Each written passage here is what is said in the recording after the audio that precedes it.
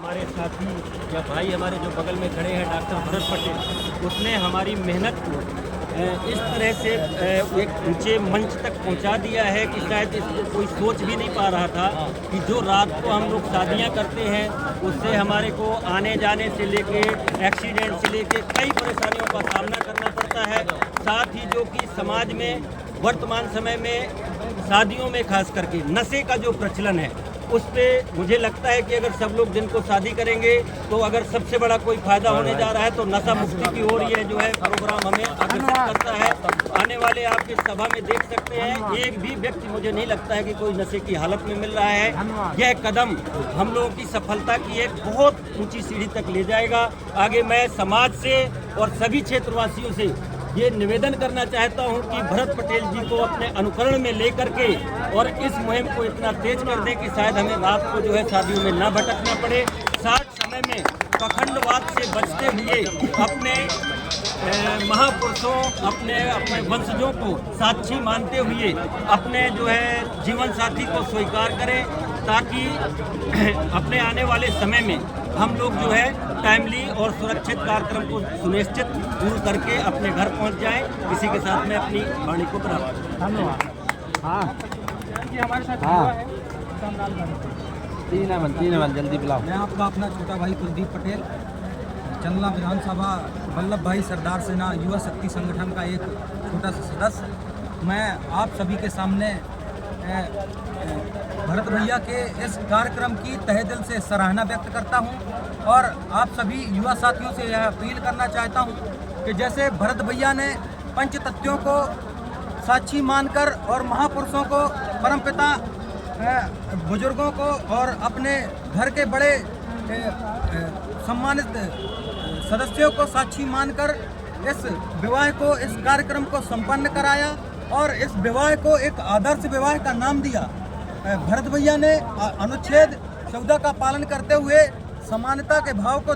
देखकर इस विवाह को एक अलग तरीके से हमारे समाज में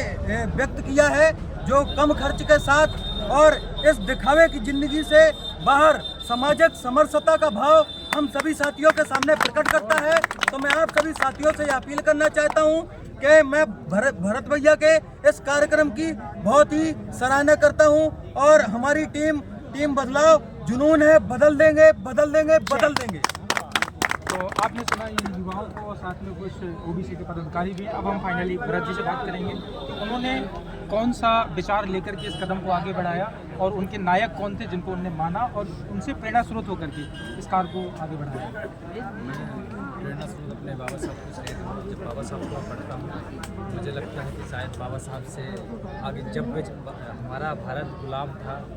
उस टाइम पे भी बाबा साहब ने संविधान लिख दिया। शायद वो भी सोचते, हमारे बाबा साहब भी सोचते कि हम क्यों समाज के लिए आगे हों, और शायद बाबा साहब ने अपने समाज के लिए भर नहीं किया था, हमारी ओबीसी समाज के लिए भी बहुत कुछ किया था। मुझे बाबा साहब को पढ़ता हूँ तो मुझे बड़ी खुशी होती है कि बाबा साहब ने हमारी समाज के लिए क्या किया। और जो मैं जो शादी दिन में कर रहा हूँ तो शायद आज मुझे 3 दिन पहले ही डिसाइड किया था कि जो हमारी समाज में अभी कुरीतियाँ फैली हुई हैं और हम लोग रात में शादियाँ अटेंड करने जाते हैं और हमें सामने नहीं दिखता कि हम लोग कहाँ भिड़ रहे हैं, क्या हो रहा है। और नवयुवक साथी जितने भी दारू में या नशे में लिप्त हैं उनसे मुक्त कराने के लिए मैंने एक मुहिम चालू करी कि जो अपन रात में शादी कर रहे हैं हो सकता है वो अगर दिन में करें हो सकता है बहुत अच्छा हो। आपने कहा बाबा साहब अम्बेडकर ने पहले तो हिंदू धर्म के हिसाब से शादी की, दूसरी जो शादी की सविता अम्बेडकर के नाम से, उन्होंने शायद हिंदू धर्म नहीं स्वीकारा, संविधान को साक्षी मान करके शादी किया। तो आपने भी संविधान को साक्षी मान के शादी किया, तो युवाओं के लिए आप क्या कहना चाहेंगे कि आप भी इसी तरह से शादी करें, उनके लिए क्या?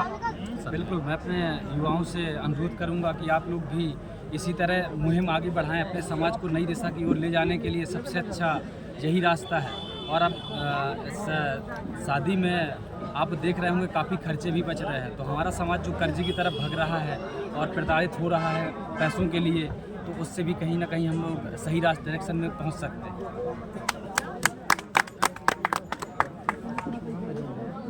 मैं भगवत प्रसाद पटेल, पूर्व संयुक्त शिक्षा निदेशक उत्तर प्रदेश सरकार हूँ। अच्छा, इनका नाम हमने सुना है, टीम बदलाव में बहुत ताकतवर के साथ चंदला खासकर क्षेत्र में काम करते हैं, तो मुझे ऐसा लगता है कि प्रेरणा स्रोत इनके ये भी हो सकते हैं कुछ ना कुछ, तो ये बताएंगे कि इस मुहिम को कैसे अंजाम दिया गया और कैसे आगे बढ़ाया गया इस कार्यक्रम को, और जो आज कार्यक्रम सफल हुआ है। धन्यवाद। क्योंकि आपने कहा कि टीम बदलाव, तो क्योंकि यहाँ पे जब से मैं सेवानिवृत्त हुआ हूँ, मैंने देखा कि इस क्षेत्र में काम करने का बहुत बड़ा जो है ना स्कोप था, क्योंकि यहाँ पे अभी भी समाज हमारा जो है ना पाखंड अंधविश्वास कुरीतियों से ग्रसित था। तो मैंने आकर के यहाँ पे देखा और गांव-गांव का मैंने भ्रमण किया और युवाओं से खासकर मिला, तो लगा कि यहाँ ऊर्जा